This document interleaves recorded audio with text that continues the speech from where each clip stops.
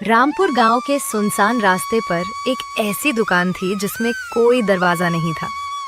लोग इसे पागलपन की दुकान कहते थे, लेकिन बूढ़े दीनू काका के लिए ये एक तपस्या थी।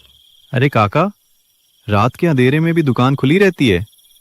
कहीं यहाँ कुबेर का खजाना तो नहीं गड़ा है? अरे बेटा, यहाँ खजाना नहीं, बस भरोसा है। क्या पता कब किसे क्या जरूरत पड़ जाए। एक रात भयंकर तूफान आया, चारों तरफ अंधेरा था। तभी शहर का एक अमीर साहब रास्ता भटककर दीनू काका की झोपड़ी के पास आ रुका। अरे बाबा, मेरी गाड़ी खराब हो गई है। यहाँ आसपास कोई मैकेनिक मिलेगा क्या? अरे साहब, इतनी रात और बारिश में कोई नहीं मिलेगा। आपको सुबह तक यहीं रुकना पड़ेगा। आइए, यहाँ इस जगह पर बैठ जाइए। भूख और थकान से साहब का बुरा हाल था और दीनू काका की दुकान में खाने को कुछ खास नहीं था। साहब बोला, बाबा, कुछ खाने को मिलेगा? बहुत जोर की भूख लगी है।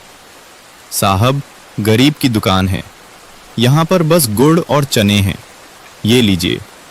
खाते खाते साहब की नजर कोने में रखी एक तस्वीर पर पड़ी, जिस पर माला चढ़ी थी।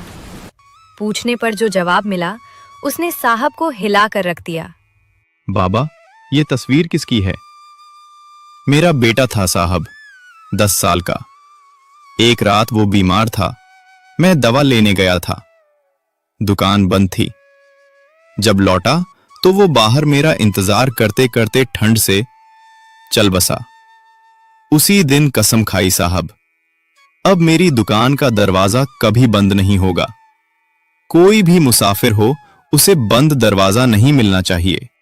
अगली सुबह जब मौसम साफ हुआ तो साहब जाने लगे।